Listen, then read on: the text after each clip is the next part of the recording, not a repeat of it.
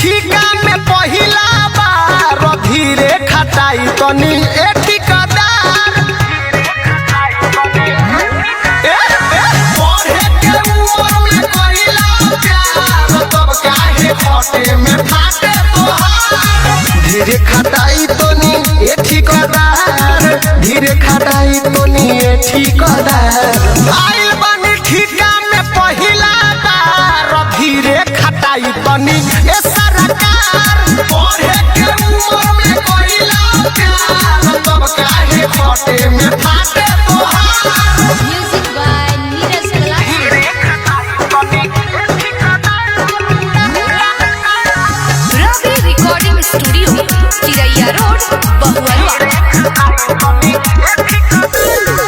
घर के मजबूरी रहे पैसा के दिक्कत ऐसे काटा के अही रेलवा के टिकट